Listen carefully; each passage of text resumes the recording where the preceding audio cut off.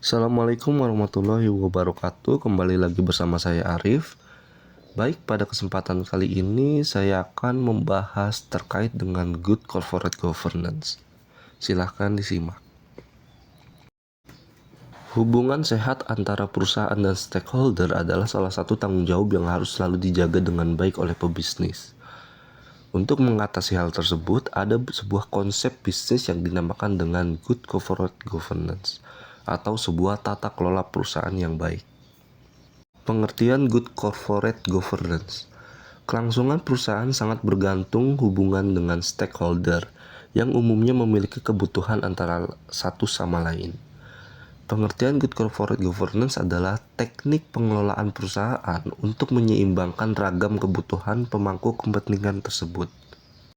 Prosesnya biasa diwarnai oleh penyelesaian konflik dari keberagaman stakeholders dan pemberian kepastian bahwa implementasi prosedur yang benar selalu dilakukan oleh perusahaan.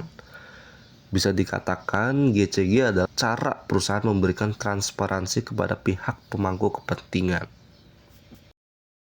Baik, selanjutnya yaitu tujuan good corporate governance. Menerapkan GCG adalah sebuah tanggung jawab yang harus dilakukan perusahaan untuk memenuhi goals yang ingin dicapai. Adapun beberapa tujuan dari good corporate governance yaitu: pertama, membantu perkembangan ekonomi perusahaan. Yang kedua, memastikan manajemen perusahaan telah sesuai. Yang ketiga, meningkatkan modal yang didapat dari investor karena kepercayaan. Yang keempat, membentuk reputasi perusahaan yang baik.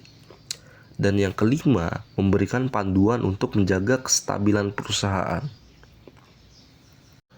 Next, setelah tujuan good corporate governance, selanjutnya adalah prinsip good corporate governance. Good corporate governance adalah cara yang dianggap paling ampuh untuk menjaga kestabilan pertumbuhan perusahaan.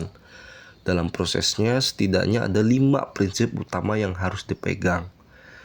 Berikut ini saya akan menjelaskan terkait dengan 5 prinsip tersebut. Pertama, transparansi. Secara literal, transparansi berarti keadaan nyata. Prinsip ini dilakukan oleh perusahaan dengan mempermudah stakeholders untuk mengakses informasi apapun yang mereka butuhkan. Transparansi perlu diimplementasikan untuk menjaga tingkat objektivitas antara perusahaan dan pemangku kepentingan. Yang kedua, independensi. Menjadi company yang tidak mudah dicampur tangani oleh pihak lain juga menjadi salah satu prinsip tata kelola perusahaan. Hal tersebut merupakan upaya yang dilakukan atas nilai independensi. Pihak yang terkait dengan perusahaan harus bisa bergerak masing-masing tanpa saling mendominasi. Yang ketiga adalah responsibilitas. Dalam menjalankan bisnis, kita akan selalu diikuti oleh regulasi dan norma moral yang ada. Sebagai perusahaan yang baik, harus bisa memenuhi kedua aspek tersebut. Yang keempat, akuntabilitas. Akuntabilitas adalah prinsip yang berkaitan dengan pertanggungjawaban. Artinya, sebagai penerapan tata kelola perusahaan yang baik, perusahaan harus sanggup dimintai pertanggungjawaban atas segala keputusan yang diambil. Yang kelima, yaitu kewajaran dan kesetaraan. Umumnya, stakeholder perusahaan terdiri dari beberapa pihak yang punya kepentingan dengan perusahaan. Artinya, perusahaan tidak menghadapi satu orang saja dalam menjalankan bisnisnya. Karena itu, nilai keadilan harus diperhatikan agar tidak terjadi kesenjangan. Lantas, bagaimana mengetahui konsep tersebut dalam sebuah perusahaan? Pada dasarnya, keberhasilannya bergantung pada penerapan nilai prinsip GCG yang tepat. Namun, jika dijelaskan lebih lanjut dengan melihat pengertian good corporate governance, maka terdapat beberapa indikator untuk menilai ataupun untuk mengukur good corporate governance. Berikut adalah indikator-indikatornya.